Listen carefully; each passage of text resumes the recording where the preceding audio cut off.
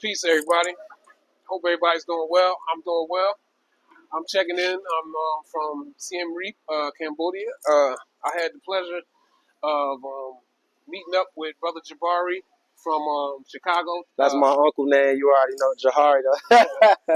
You know what I mean? So, this is definitely a pleasure to be able to sit with him and just kick it with him and just ask him a few questions about how he feels about certain things. So, really, this interview will be basically just about some basics. You know, first I want to start because I know we don't have time because he's kind of in a hurry. What made you want to start doing the travel blog? What made that? What made you make that decision? The crazy part is I didn't even, sometimes God does things for you to where you at least expect it. It wasn't even on my radar. It's traveling. I felt like I was gonna stay in Chicago my whole life, but I was kind of stuck at a point in life where I was like, I want to change. Like I don't want to be in the same box for years to come and don't have nothing to show for it. Right. So I had you got to always have you a great friend, man, somebody that's going to want to see you win. He gave me the idea of like, he traveled already to Morocco. He gave me the idea of like, man, you need to just come travel with me. Just try it for a month. Because he knew I wasn't trying to hear none of that. Like, he said, get your passport. I was about to call him the day before we planned to go and tell him like, yeah, bro, I changed my mind. But prayer really works. I just kept praying. I went through with that, got my passport. I was about to tell him again the day before our plane departed. I was about to be like, I ain't going, bro. And something just told me to just keep pushing through. I got through. I traveled. I lost my job as soon as I landed. And I'm like, bro, see, I should have stayed home. Right. But I kept praying, and God gave me YouTube, and that now is doing well. So it's sustaining me, and I believe that more is to come as long as I stay in my faith, Right. as long as I don't play on the devil's playground or, get too caught up on the other side. So the faith, and there's another thing I want to emphasize too, like with myself being over here as well as Jahari, your faith. If you got, because we standing on our faith over here, because there's a lot of situations and circumstances where though we're being tested. yeah, So just know that your longevity and your safety may depend on you being on the right side of things. So that's just something. Him speaking on faith is something deep, and that's take heed. for sure, bro. Now, could you tell the people what are some of the things that you had to go through, like getting here, like so far as with like you said you had one friend that was motivating. Man, very good friend. Lamont. Was it anybody else? Nobody else. It was like me against the world. Everybody I told, they was trying to tell me not to go because it came from a sense of love, a place of love. Right. But they didn't really know that they was probably driving me back to being counterproductive. So everybody said, don't move, like that's crazy. You don't have health insurance over there. You don't know these people. You don't know the different bacteria, diseases that you can catch. But my only motivation was really God and my friend just telling me, bro, I did it before. Trust me. Like, let me know if you need anything. Just follow and see how I do it. And I just seen his blueprint, and I was like, wow, bro, this crazy. But God gave me like my own blueprint, Right. and I'm glad it came in like that, because if I would have followed, and he would have left, it's like my foundation would have been pulled away from me. Right. And I would have been lost. But Right. I'm glad that God gave me my own identity as far as traveling. So the things I had to go through to answer the question, I would say is doubt, sleepless nights, crying. I cried a couple of times, like, because I only had my mother in my life. I only met my father once. So my mother like this. So me leaving her, that was the toughest decision ever, But I got through it when we go back to faith and just belief. You got to have belief.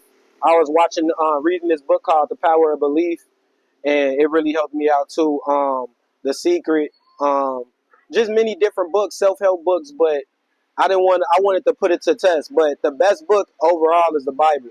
Like, one day I woke up like, man, all these books I read, I wasted my time. Like, the Bible literally, like, it debunked all that. You feel me? Like, it gave me the true results that I was seeking, And I can agree with that.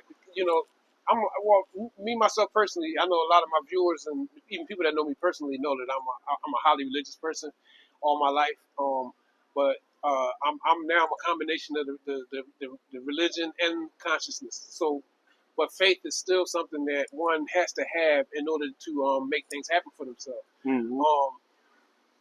One of my biggest weapons that I always had was being God conscious. So the brother saying that his God consciousness has gotten him through life and gotten him, through each step. Because a lot of these steps with making this kind of trip is hard. Just Yeah, it's true. getting everything together to get your passport. Just putting together the money that you need to travel. And it take a lot, traveling over this is a whole new world. Take a lot of discipline. Yeah. Yeah. And the brother's by himself. So, just know that, people, you got to be a stand-up dude, and then you got to be your own man to carry yourself. But we know that from America anyway. We was doing it before we got here. So it ain't like you just got to be you here. You have to, just yeah. Be you, but, 100%. Don't fake it. Don't be somebody you're not, man. Because it's gonna be hard to keep that mask on, man. You know what I'm saying? That's why I love doing my content because I don't got nothing to hide, man. You feel me? Like however you see me on the camera, you gonna see me when you see me in person. So anything you need to learn, you feel me? Just I'ma always try to give as much knowledge as possible because I was in a position to where I was the student. Like I'm still a student, matter of fact. I'm still it's a lot of masters out here that's students to another master. So, I'm learning as much as I can and I'm giving as much as I can. That's why I wanted to do this interview. Just let y'all know. It might. I know that Ethan said earlier it's kind of hard, but it's not as hard as you think it is as long as you write your plan down. When you write it down and you see it every morning, and not even morning because we don't morning over here, but you see it at the beginning of the day. You feel me? Like it just puts you on another level. So it's actually easier than y'all think. I'll say for sure. Yeah, and look, just to touch on what he just said, we can with us learning. Like I ain't gonna lie, this is the first time I did an interview on my channel, but I learned something. How he showed me how to set up the camera. Is along that I just learned something major, and I'm gonna be honest with you. Like I'm a boxing coach, I'm a fitness coach. I coach my kids. I coach many kids in boxing and national tournaments, all that kind of stuff. But I learned how I actually became a better fighter internally by teaching, by coaching. Yep. And I learned from every guy I coached. I learned from. Yep. Like I was their teacher, but then when I see them doing what I'm telling them to do, and I'll be like, yo, and I'm learning. So what I'm saying is, that's another big part of, this really his interview, but I'm just talking. Nah, this your interview. You always be open to learning, being a perpetual student. I know that I did learn that from boxing too, because even like some of the older guys that was coaching, like when I first got started, I would watch what they was doing. For sure, I watch because when I was fighting, I would copy off the guy who I thought was the sharpest. Yeah. So the same thing with coaching. If you see me, you see bro on YouTube doing it, you can do it too. Facts. And I wanna touch on that too. I'm a black belt in karate. I don't like to tell a lot of people because my sensei say be humble. But one thing that you said that kind of like made me remember something.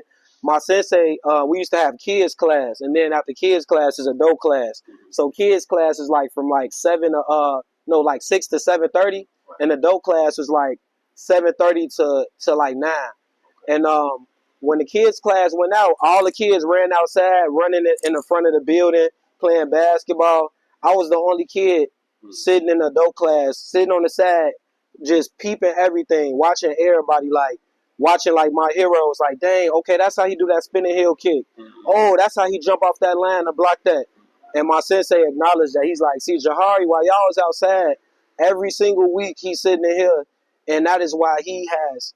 I was one of the best fighters in Chicago. Like, that is why he's miles ahead. But I was only miles ahead because of my eye gates. Right. Because I perceived and then I added it to my skill set. Well, I think the most important thing, we just talking about life, but and he brought his fight skills, his fight game, And what he does, he applying it to creating content Facts. and going traveling overseas. And I'm doing the same thing with what I do, But your eyes, and I teach this, your eyes is your best weapon.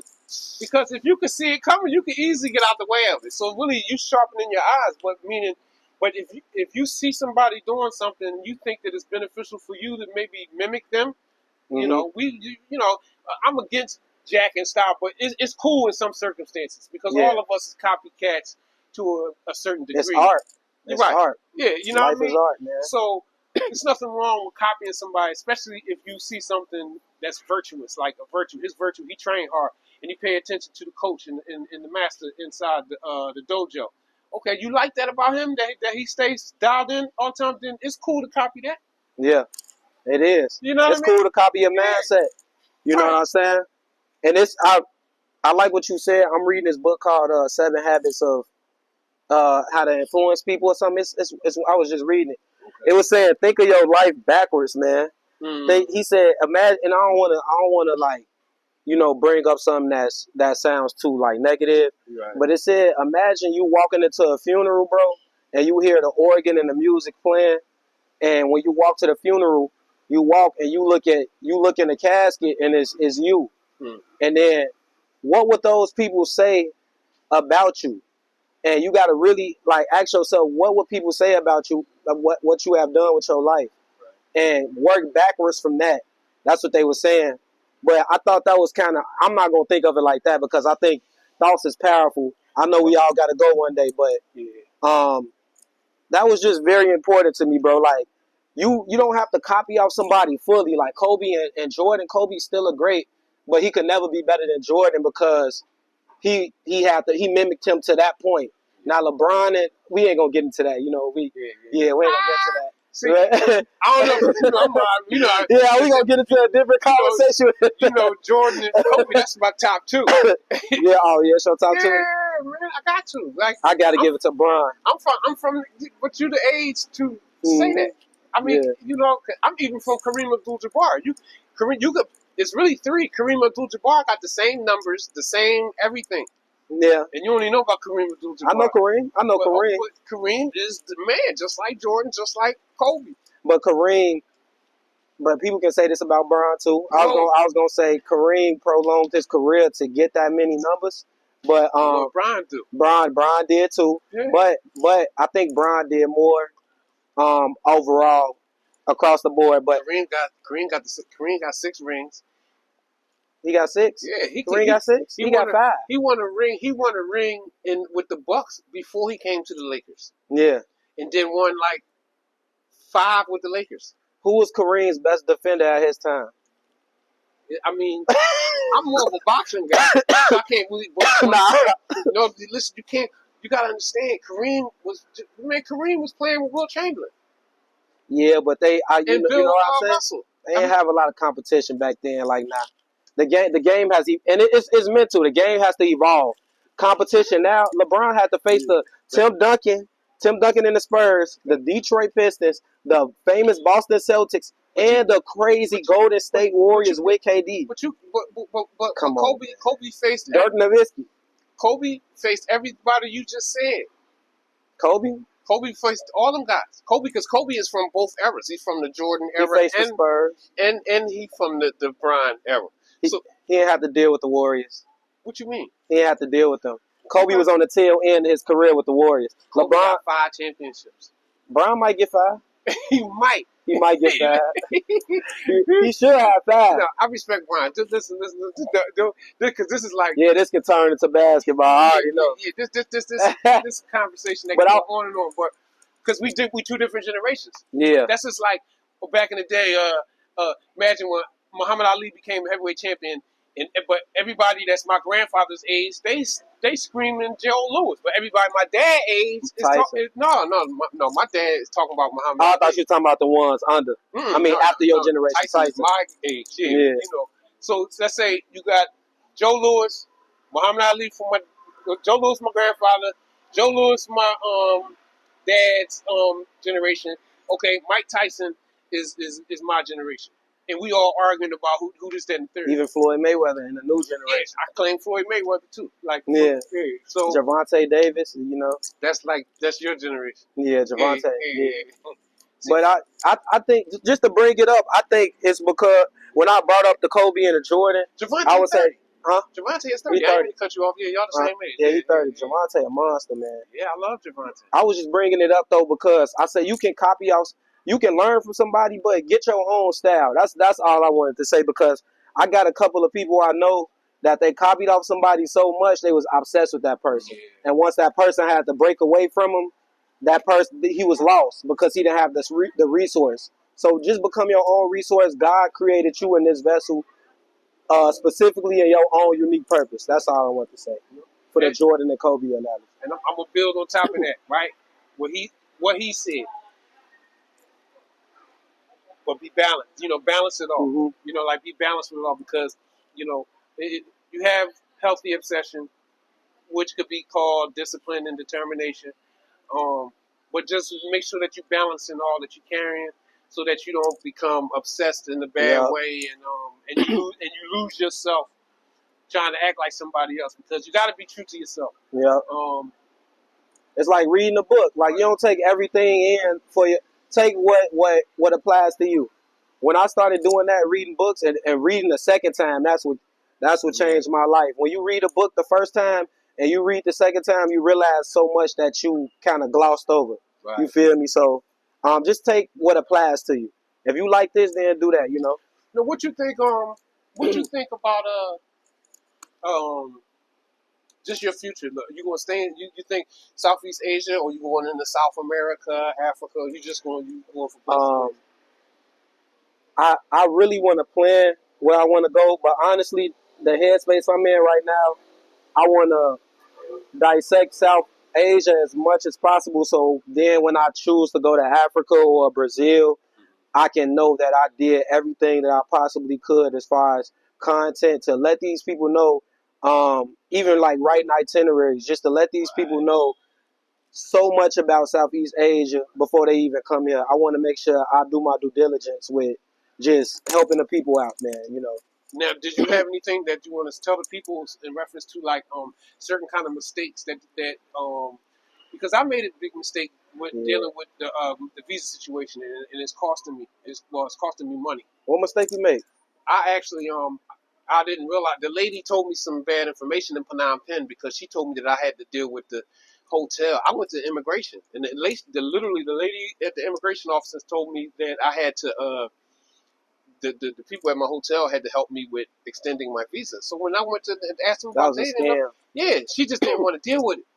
She didn't want to have to, because she had to work in order to do it. Yeah. So, but me, I should have just went to an agency. But I had watched a couple videos telling me that you could do it on your own without the agency. To get your visa? To get the extended.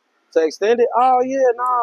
So you just go to the immigration office, yeah. So now I'm paying $10 a day. So when I leave I'm leaving on Monday.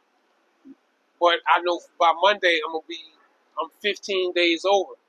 So that's 10. That's one. So I got to pay $150 just to leave. So I mean, just keep in mind, stay up on top of your visas, especially in Thailand.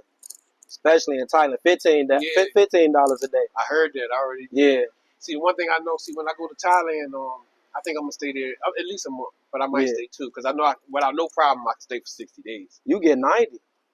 I know that's. I don't know if I'm gonna stay 90. Yeah, that's a long time. It depends on. We'll see what happens, but I ain't gonna make the same mistake twice. Nah, yeah, of course. But at least it's. I mean, it's still a hefty, charge. But at least you wasn't in Thailand, because in Thailand I had to overstay for 5 days. Right. And came to what, $80? And the lady, she sent me off too, but I should have read my passport. She was like, "Yeah, this date right here is 5 days after that. That's when you come in." Now, but I was new to the game. You know what's funny? Well, because like even with another thing too, they closed on Saturday. Not to cut you off, they closed early on Saturdays and they close on Sunday. So if know you got 2 days, and Saturday and Sunday gonna roll over to Monday, that could hurt you too. So make sure you get ahead of that, bro. Ahead of the game. Yeah. Listen, pay attention to it. Mm-hmm. I know based on experience, because it's costing me. it's about to cost me on Monday when I go to Thailand. I'm going to Thailand on Monday. Yeah. So I'm gonna have to pay. Hey, tell me something. Do I have to pay cash or can I pay with my card at the airport? For what, your visa? Because I'm on. Oh, no, because I'm leaving. But the lady who sold me my ticket. Oh, you got to pay that overstay. I forgot. Yeah. Yeah. So how can I pay with my card? I know in Thailand we have to pay with cash. So they had ATMs by the immigration office, and you have to go to the ATM, get the money off, and then give it to them. They didn't accept debit cards. Nah. Yeah. So I'm probably going to have to do the same thing here. Yeah, you might have to pull your money out. All right, boy, yeah, because I just don't want to lose because that fee. Yeah, I already the fees add up, bro. Things tight, and things is tight. That's another thing. When things been tight, that's life. Yeah, right. Things been good, things been tight. So it'll not change over here. Just go have some thinner days. But I like that though because it make you rely on God more. That's true. When you down and out, bro, I had days where I only had like $3 to my name, and I'm like, I guess I'm fasting today. You feel me? But it drew me closer to God. So sometimes you need that, bro. Like, it's not always about the money. We live in a culture where everybody want to like commend themselves. That's in the Bible. Don't commend yourself. Don't boast or brag. Like, you got to kind of take the humble route, and that's why I let people know on my videos, man. People will know if I ain't got no money on that episode.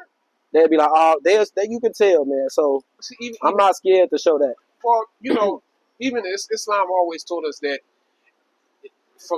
that the poor people going to enter the paradise first, but also showing off is called riyah. Riyah is something very, very. It's something that you should avoid. You should always avoid. That's okay. That's okay. You shouldn't show off. It's a bad thing. Yeah. But if you see this brother's content and he expresses that he needs some help, I ask you to help him. To help him in the best way you can, because he's doing positive work. He's motivating me and he's motivating others to be about something. Mm-hmm. And the Ron said to people like us that look like us and come from where we come from, and I teach them. This is what I teach my kids. I say, if you ain't serious about nothing, then you know what people gonna say about you? They're gonna say you ain't about nothing. And when I was growing up, that's the worst thing you want people to say, but you ain't about nothing. So a brother like this is somebody that you should support. Even if you got Cash App, you got PayPal, okay, send the brother $10, send him $5, send him $20. You know what I'm saying? It's nothing wrong with it. And guess what? What goes around comes around. The same way on the bad, and it worked that way with good. So when you support the streets, I'm from the streets too. But what I'm saying, support this brother. Support positive people. He's a young brother and he's doing positive things. Don't let him be over here struggling. So if you see this, what's your YouTube? YouTube, Flyworld Hari. Flyworld Hari. But your Instagram. You got Instagram? Flyworld Hari. It's the everything the same. My bad. Hold on, let me see. You want to spell it so the people will have it? Oh, my bad, y'all. So it's FLYWORLDHARI.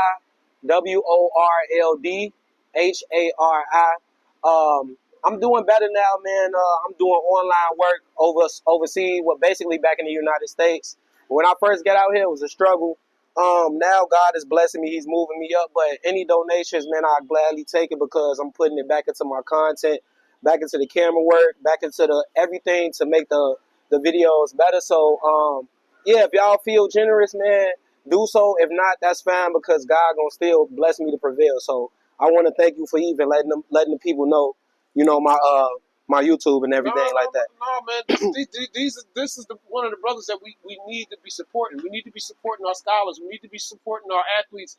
We need to be supporting our traveling content creators, the young brothers like this, because these are the people that are motivating this generation and the next generation that's coming right behind them. You got brothers that's 19, 20, 21, 22 years old that's going to come up and be looking right at him. So what I'm saying is, don't look beyond this. I'm an old dog. I got a lot of tricks, and I'm going to be all right. When you see young brothers like this, make sure you look out for them.